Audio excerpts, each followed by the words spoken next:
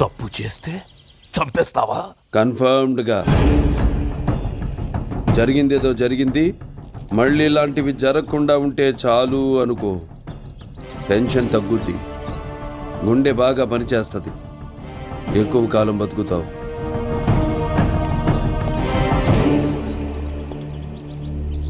కుట్లు వేయడమే కాదు, పోట్లు కూడా వేస్తాను.